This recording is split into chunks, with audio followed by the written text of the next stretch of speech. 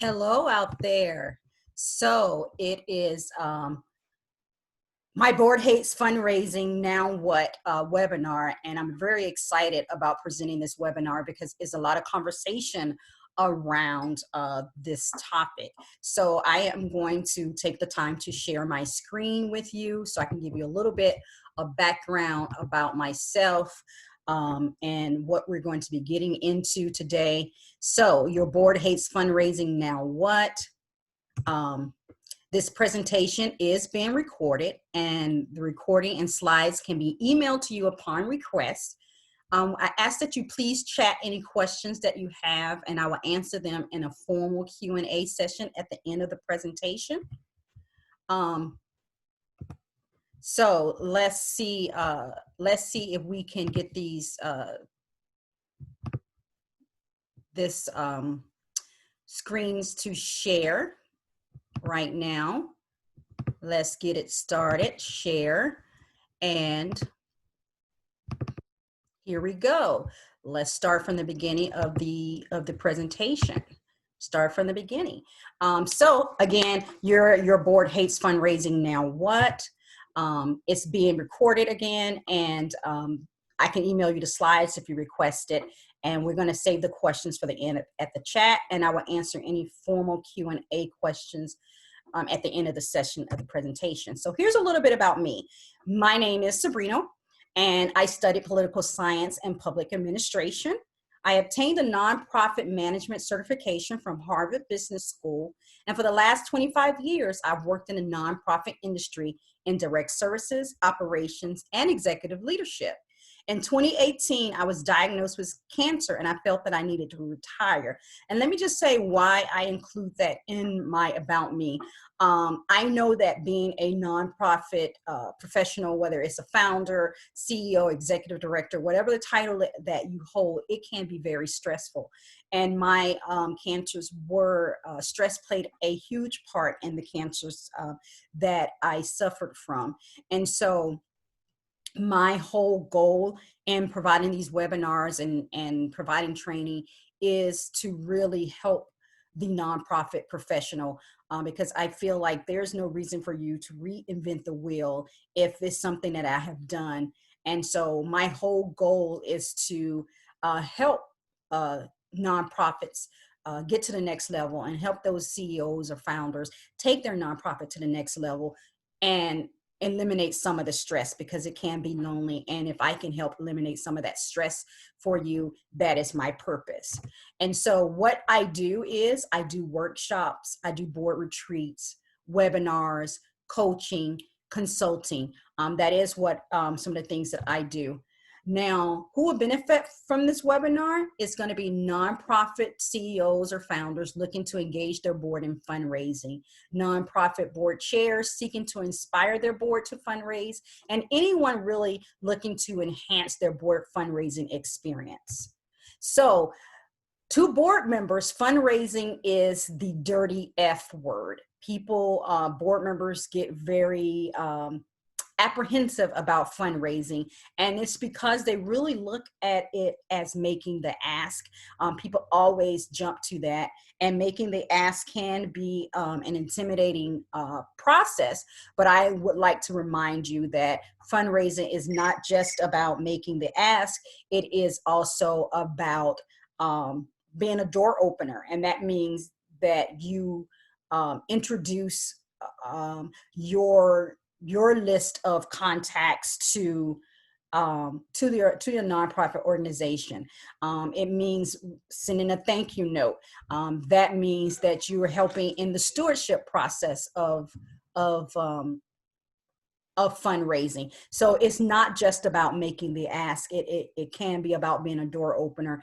It can be about a thank you note. And so I just want to make sure that we're clear on that. It is not always about making the ask. But there are 3 keys to board partnerships when it comes to fundraising, and that's what we're going to focus on and talk about today. It's going to be education, mindset, and engagement. Now, how does the board perceive fundraising? Again, we talked about it. They see it as intimidating. That some board members say it's not their job. they see it as transitional and not relationship, as a transaction and not relationship, which means that, you know, they might ask for one-time gift, but not lay the foundation for a relationship, and so that they can get gifts over and over again. Some board members simply don't know how to fundraise, and some people just think it's icky. I mean, that's a technical term. They might think it's icky.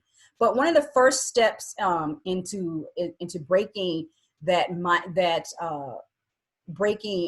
cycle is education. You have to educate your board. You have to remember that board members don't necessarily, just because they're serving on a board does not mean that they're educated on the cycle of fundraising. That is your job as the founder or the CEO or the executive director to ensure that your board is educated. And I will say this, you can go on my website at Supporting World Hope, and there are tools there, free tools that you have access to that will show you how to incorporate education into your board meetings. Actuality, it lays out an 1.5-hour meeting format, which allows you to incorporate 15 to 20 minutes of board education into every board meeting. And because that is what you have to do, you have to educate your board on resource development and let them know about the fundraising cycle. So this is the cycle within itself. The cycle talks about identifying potential donors, and that's really what you want board members to do, is help you identify potential donors. And we're going to talk about the sphere of influence exercise as we go through this. But once you've identified those potential donors, qualifying them, do they have the capability to give and the ability to give, discovering about those potential donors, and cultivating them, and then move into the ask and move into stewardship. Now, this fundraising cycle here really talks about an individual donor, because I think that that is where the money is. 80% of donations last year came from individuals. It didn't come from corporations. It didn't come from foundations. 80% came from individuals. And this cycle specifically talks about the individual. And how do you move the individuals through that fundraising cycle? Because individuals will allow you to have unrestricted dollars. Whereas if you get a grant, it's going to specifically say you have to do this, and this is the only thing that you can use this grant money for. Whether that grant money is from federal, local, or state, it's going to tell you you can only use this money for this. And individuals really is unrestricted dollars. It allows you to invest in whatever part of your mission that you need to invest in. And so when I talk about fundraising, I'm really talking about fundraising from individual donors. Of course, I do want to say this: you do not want your budget to be you need to have a healthy budget. And when I say a healthy budget, that means you cannot rely just on one source of funding for your budget. I always equate it to having a 3-leg stool. You don't want one leg shorter than the other leg, or you don't want to have a one-legged stool where all your money comes from government, and then government changes their focus and you are left with nothing. Or all, you know, so you need to have a well-balanced budget where you have different sources of income. But if I was to bet on any source of income, it's going to be that individual donor. And so when you educate, you need to come up with a board education plan and create a learning calendar for your board members. So for example, this is one that we can talk about here. In the month of January, the topic in your board meeting could be about resource development 101. And you can go through what is resource development. Talk about the cycle that I just talked about. Let people know that, you know, individual gifts, you're looking for unrestricted. Let them know about the limitations of grants. We love grants, but there are some limitations to it. And so you talk about resource development. And then the activity that you can get them to do that is a part of fundraising is thank you calls. They can make thank you calls to anyone that has given a gift to the organization within that month, or to any, and that includes grant sources, because or corporate gifts, because there is a person that's attached to that gift. So you can make a call to the decision maker. So if you got a gift from, for example, from a local electric company, and you knew that their marketing person was the one who helped facilitate that gift, well, they can pick up the phone and do a thank you call to that marketing person. And so that is a fundraising activity. That is getting them involved in fundraising. In March, you can have, the topic could be about major gifts. And the activity could be a sphere of influence. And so what the sphere of influence is basically, it's a process where you map out, I'm the middle, it's me in the middle, and then I map out, I put spokes out, and I list 2 or 3 people I know in public service, 2 or 3 people I know that goes to church with me who may be willing to donate, 2 or 3 people I know that I do business with who may be willing to donate. And you go through that process, not only as the CEO, but with your board of directors. And let's say if you have 5 board of directors, you go through that process, that's going to lend you about 20 names each person. And we know that's 100 potential contacts right there. And that is a fundraising activity that your board just helped you with. They've helped you identify 100 potential donors to your organization. In May, you could talk about bequests. Now, bequest is a little bit more complicated. That's about leaving an organization in your will. And that's a more in-depth conversation, but you can start planting that seed. How can you start planting that seed? You can have a potential donor visit your nonprofit organization. You got to get them involved. You have to get them through your doors and knowing what your organization is about. So if your board member just say, you know what, I'm going to have a prospect to visit the nonprofit and take a tour of our facility or take a tour of our program, that is fundraising. That's all a key part of fundraising, because that's a key part of cultivation. And then in July, you could talk about discovery and cultivation. What is cultivation? And cultivation is everything that you do between the time you identify a donor to the time you make the ask. How are you getting them involved in your organization? How are you educating them on your organization? I always say that fundraising is like dating. You do not go on the first date and ask someone to marry you. You have to court them in the process. And cultivation is about that courting process. And then the activity that you can do with them is the 5x5 cultivation plan. Now, what the 5x5 cultivation plan is, basically it is, Sabrina, your board member has identified 5 people that they are going to have 5 touches for your organization in a year. So for example, I'm Sabrina and I'm on someone's cultivation list.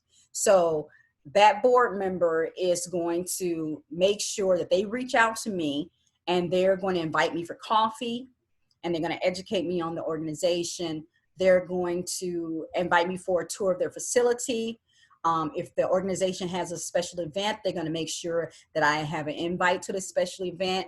If the organization has a program volunteer opportunity, they're going to ensure that I am aware of that and that I'm involved in that. And so that's 5 things that they're going to make sure that I touch the organization throughout the year. And you can also find the sphere of influence and the 5x5 cultivation plan, again, on my website at supportingworldhope.com. There's a lot of free tools there. And then in September, the topic could be about the year-end campaign, because we all know in December is when people give more because they're preparing for tax season.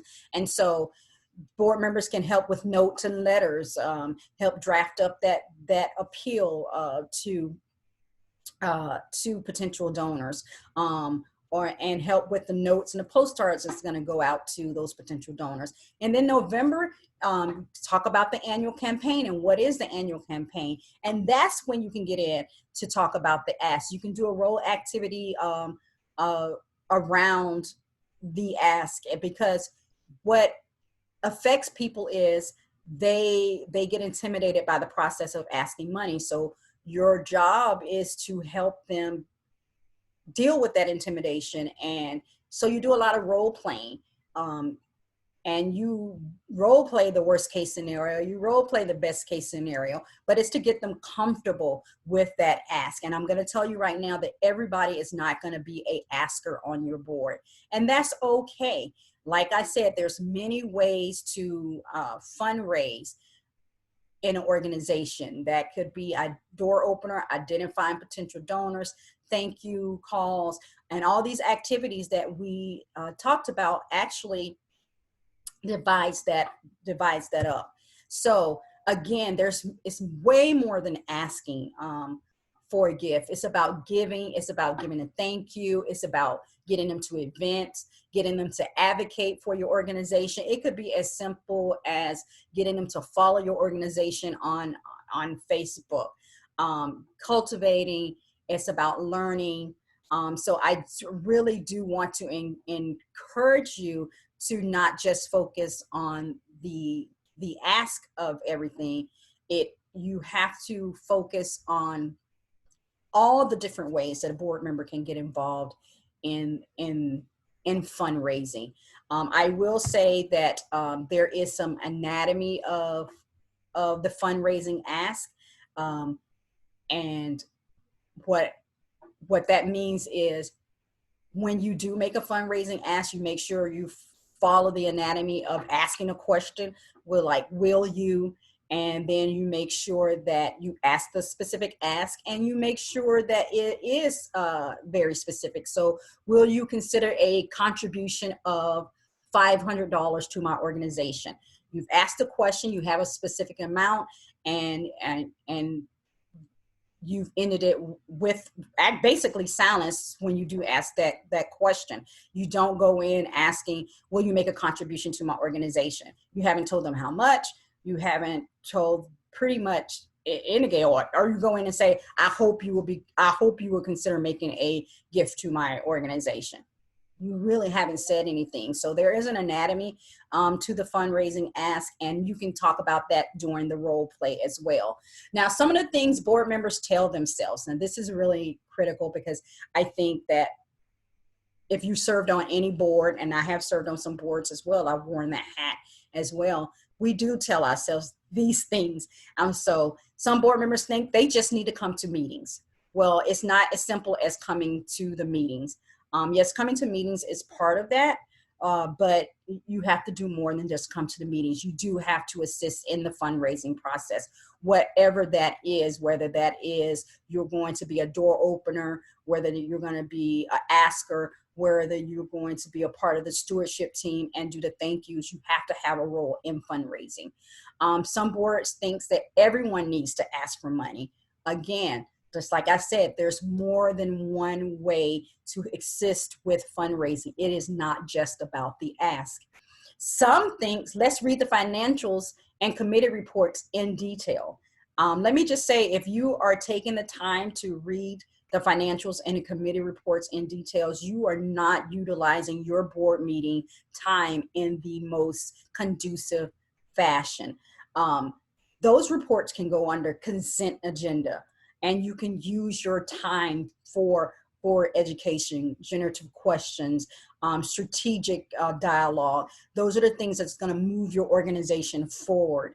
And so those are the things that you need to be focused on. Again, if you go to my website, supportingworldhope.com, you will find an hour-and-a-half sample agenda that tells you how to incorporate education, generative questions, strategic dialogue in every single board meeting, so that you feel like that you're moving your organization forward.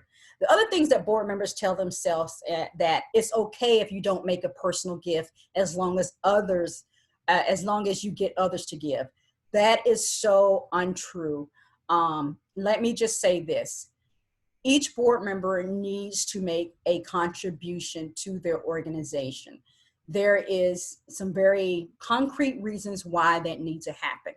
One, if you are going after grants and individual gifts, they want to know before they make an investment in your organization, has the people closest to them, their family, which is board members, have they made a financial contribution to the organization? And I'm not talking about an in-kind contribution. I'm talking about a financial contribution. You have to show that 100% of your board members are supporting your organization. Now, we're not talking about at what level they're supporting an organization, but they do, it needs to be documented that 100% of your board members is making a financial contribution to your organization, because they are considered family, that first layer. And if you're going to be successful in soliciting individual funds or grant funds, I cannot ask you to invest in something that I'm not investing in. And so you got to keep that in mind. And then the other one that board members tell themselves is, now that we have a fundraiser, the board doesn't have to be involved in resource development. So I look at this in two ways. One, now that we have a fundraiser could mean if you're one of those organizations that's lucky enough to have a resource development person on staff, some boards think they can just totally walk away and have that person deal with the resource development. I will let you know that that is not the case. It takes a village to do resource development. It cannot be laid into the lap of one person. That person is there to serve as the liaison between the board and the donor, but they cannot do all the components that it takes to raise money.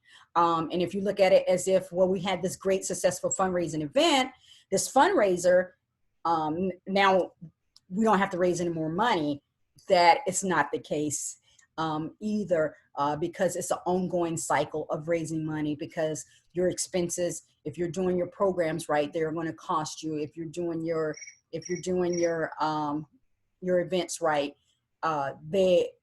your program events and serving your clientele is going to cost you. And so it's going to be an ongoing process with fundraising. So that is education, and I cannot stress how important education is. The second step is shifting the mindset. The mindset is very key to what you have to do. So we're going to be talking about the culture of philanthropy.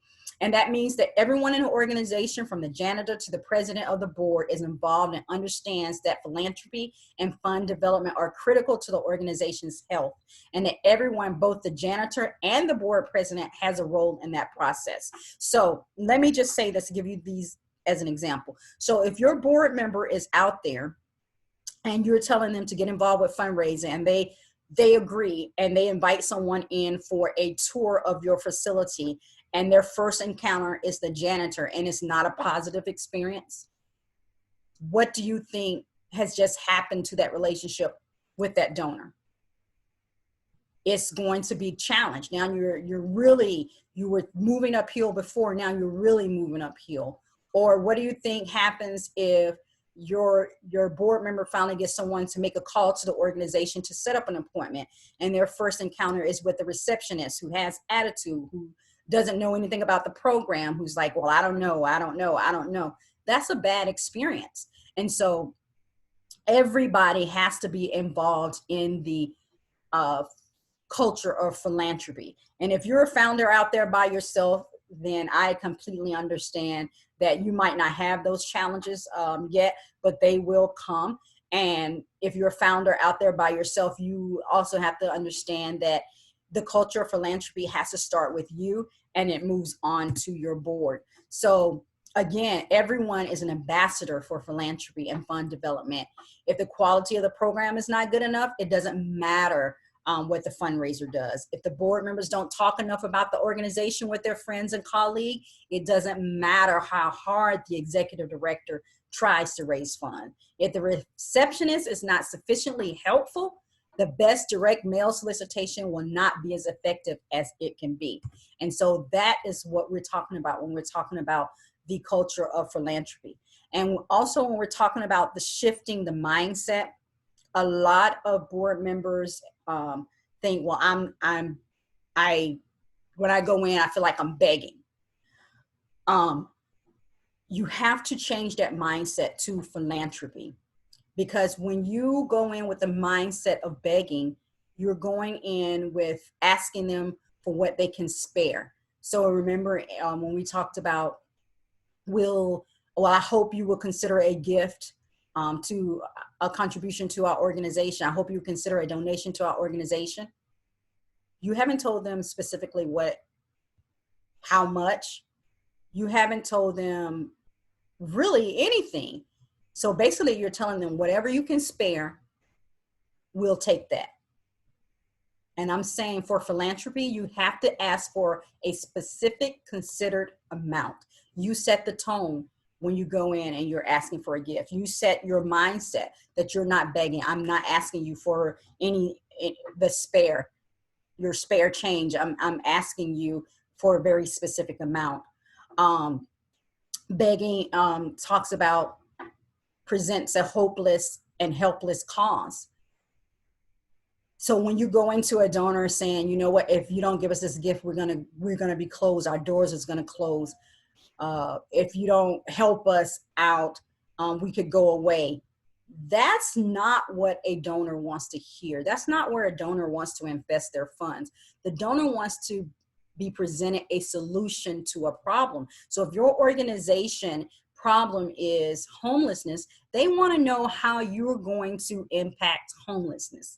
They don't want to know that your doors are going to close if you don't get my money. That's not what they want. They have a set of values as a donor, and they want to invest their dollars in the organization who can move those values forward. So if that donor values and wants to impact homelessness, then you go in there and you talk about the solution that you provide to the homeless people. You go in and you talk about the solution that you provide to those who are affected by illiteracy, whatever your mission is. What I have learned over the years is people like success. They will come along with you if they know that you're successful. They won't necessarily follow you if you say, you know what, my doors are going to close if you don't give us this money. They're not going to give you the money just because you're a nonprofit organization. That is the mentality of begging. You have to move to the mentality of philanthropy. Begging creates no expectation on return of investment, and philanthropy expects return on investment. So what does that mean? So you go in and you get a gift from a donor, and you never let them know how their investment of $500 impacted your organization. So if I'm giving you $500, I expect a return on my investment. I expect to receive something from you in that stewardship process that says, you donated $500 and this is how we use your $500 to fulfill our mission. Whereas if you giving me your spare change, there's no expectation of return on investment. I'm giving you this money to get you to go away. That's the begging mentality. Begging focuses on the nonprofit needs. I don't know how many times I have to tell nonprofits, you don't go into a donor meeting talking about how great you are. The whole goal in going into a donor meeting and to that discovery meeting of finding out about that donor is to help the donor satisfy a need. If I am a donor and again, I want to have my legacy impact homelessness, well, you have to be quiet and listen to gather that information.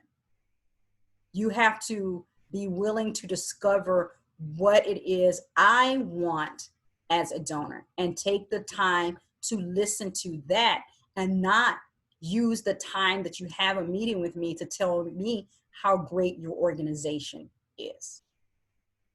And so I want to be clear on that. And then we have the begging mentality versus philanthropy mentality around passive outreach versus proactive outreach, being strategic about who you actually outreach to as a donor. Fragmented versus strategic and integrated. Transaction-based as opposed to relationship-based. Transaction-based means, yeah, I'm going to go in and ask you for your spare change, and I'm going to get that one-time gift from you, and I'm never going to come back because I really haven't educated you on my organization. Whereas relationship is, I'm going to cultivate that relationship. I'm going to invite you to my events. I'm going to let you know what's going on. I'm going to let you know how your dollars impacted the organization, so that we have a real relationship, and so that you will not only get the first time gift, you will get the second gift, and you will get the third gift, and it might lead up to a bequest to your organization, because they feel so passionate about your organization and they want to leave a legacy. And so it's about that big picture process. Begging talks about inconsistent messaging, whereas philanthropy is aligned messages. Begging talks about donation, where philanthropy talks about investment. And that's a really quick way to change your language. I never ask for a donation. I always offer a donor opportunity to invest in my mission. That's a whole different language, because when you do an investment, you do expect a return on your investment. And donation does bring up the mentality of begging. We offer a service, and we're offering the donor opportunity to invest in that service. And trust me, they want to invest in that service, because people like to give. They just want to give to those who support their philanthropic heart. Begging is episodic. Philanthropy is donor-centered. And I can't repeat that enough. Going in, finding out about your donor, what makes them tick, what makes them want to give their hard-earned dollars to your nonprofit organization. Begging is event-focused, doing a lot of special events, doing a lot of fundraising events. And whereas philanthropy is major gift focus. Major gift focus is when you're really tuned in to the individuals in your community, and you're trying to secure major gifts from them by having face-to-face meetings, by taking them through the cultivation process, by taking them through that resource development cycle. Begging is development staff priority. That if you haven't been lucky enough to have a development staff, you think it's their job to do to do it. That's begging. Whereas in philanthropy, it is truly the board and the CEO's priority for fundraising. And then begging is the scarcity mentality. Oh, we're nonprofit. We don't have a lot. You have to help us. We're so poor. All that negative language around there, where philanthropy is abundance mentality. And if you don't have abundance, you fake it until you make it, but you present yourself as having abundance, and giving people the opportunity to invest in your mission.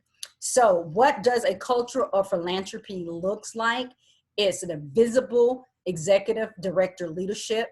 It's championed by board members. It's diversified budgets focused on individual giving. Remember I said it's like a 3-stool approach. You have diversified funding, but no one source of funding.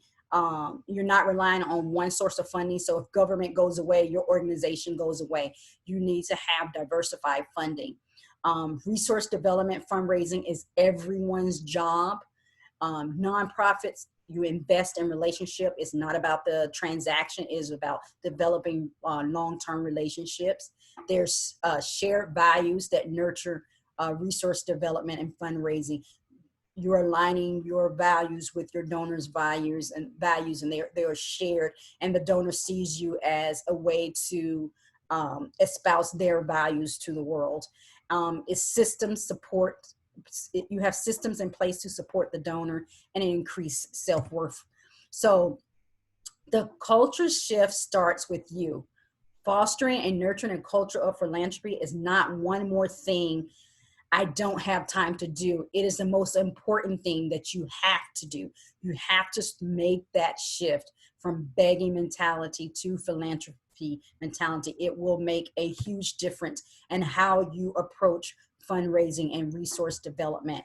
And then engagement is the final step that we talk about when bringing your board along in fundraising. And what does the engagement mean? Engagement means that there is a expectation that your board member will do certain things, and then you have an agreement in place. And what are those certain things that we're talking about? They're going to attend meetings. They're going to attend at least 75% of the board meetings. They're going to have committee responsibilities. They're going to serve at least on one committee.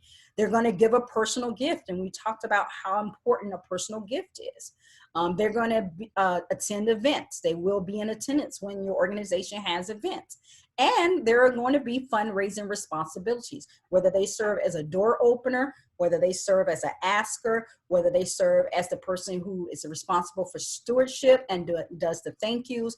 They have to have a role in that process. And you have to have an agreement in place around that. Now, you don't have to reinvent the wheel. Again, on my website at supportingworldhope.com, you can find a sample agreement that you can use with your board members and get them in the right mindset. And you just don't give this to them that one time, like everybody sign, this is the law, this is what we're going to be doing. You make sure that you revisit that document 6 months into it, because board members are busy.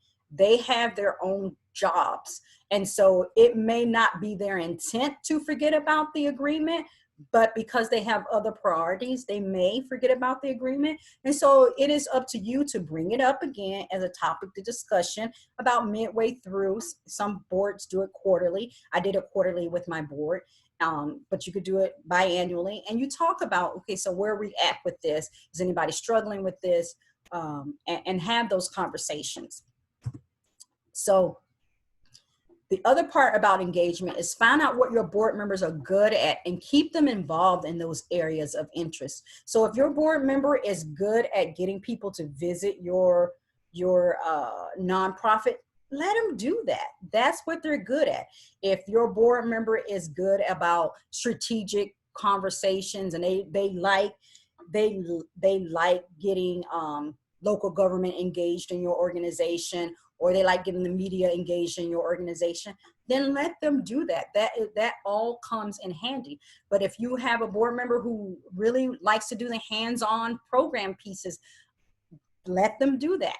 Your whole goal is to keep them involved in the areas of interest that they are interested in. They're like donors as well. Listen to what they want and then feed them that.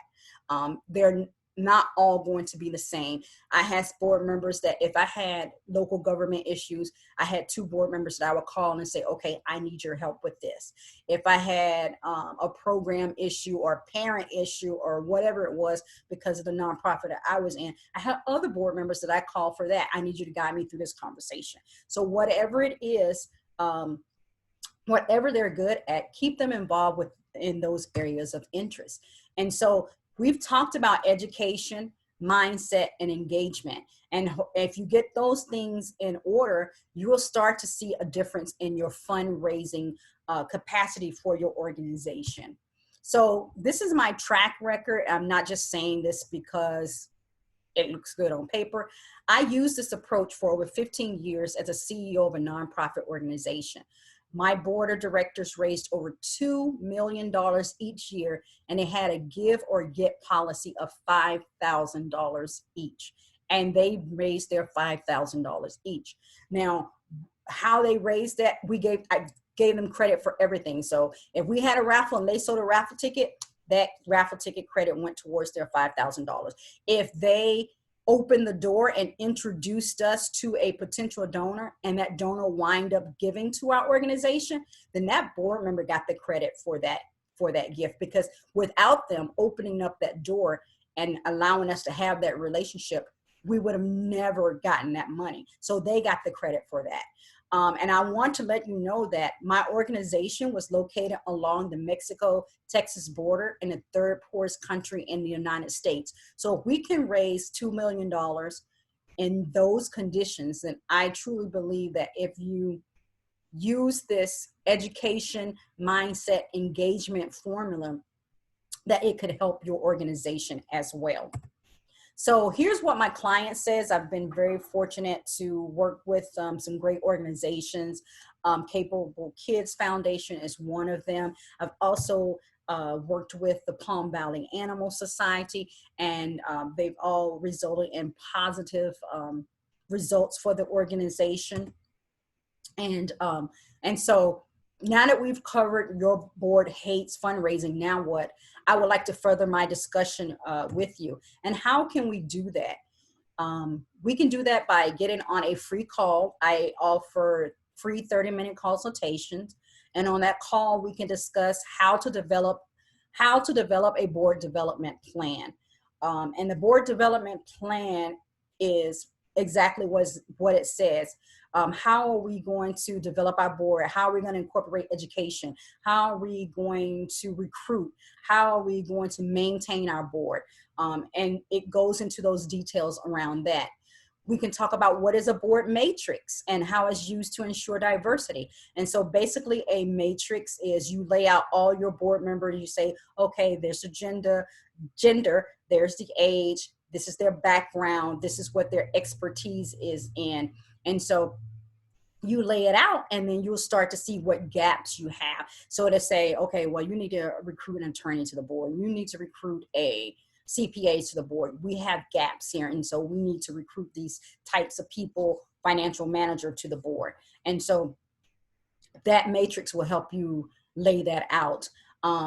We can talk about how you can apply the format we discussed. Again, we talked about education, mindset, engagement. We can talk about how you can purposefully introduce those to your organizations. And we can also talk about working onwards together in any capacity.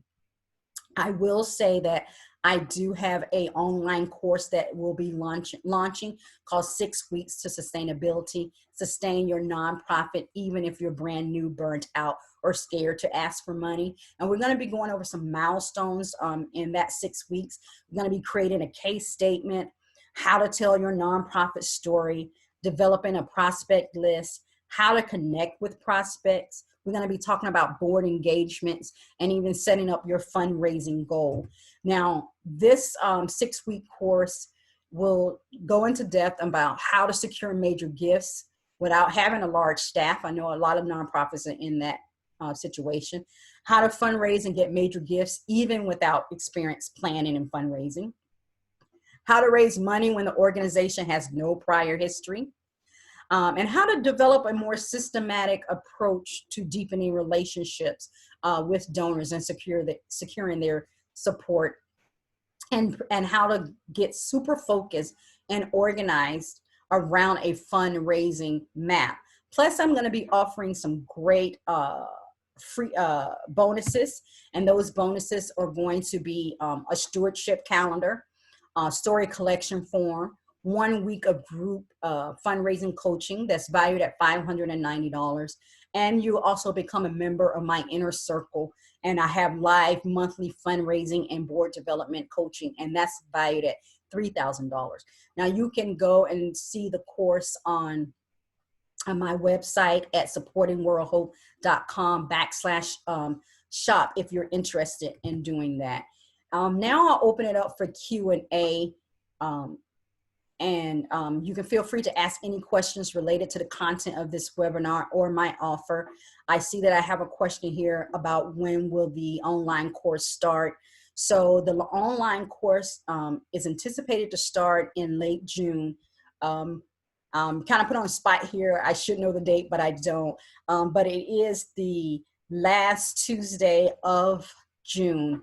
And basically, the online courses, I'm not looking for large numbers. I'm really looking to keep it very intimate, about 5 people, because I really want to spend some one-on-one time and help the organizations move forward. So 5 people. The last Tuesday of the month is when we plan on kicking it off. But how we move forward and what day and time we move forward will really be contingent upon those 5 people. We will align our schedules, and I will basically follow the schedule that the group agrees to. And so that is, that answers that question. I don't know if anyone else has any questions, but if you do, put them in the chat.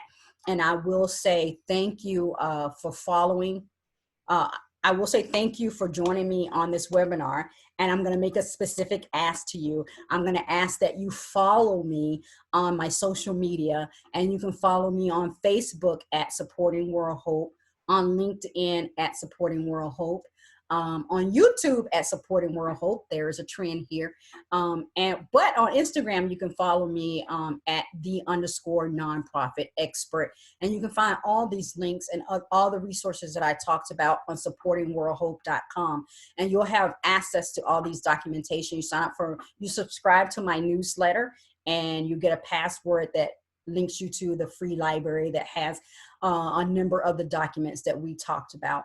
I want to thank y'all for your time today. I know you have a choice about how you spend your time, and I thank you for investing your time in me. And I hope that this has been beneficial to you. Again, like I say, my job is to support that nonprofit professional, that nonprofit board member, and you guys are doing God's work. And so thank you again for the opportunity. I am so happy that you did allow me to be a part of your day. Y'all be blessed. Thank you.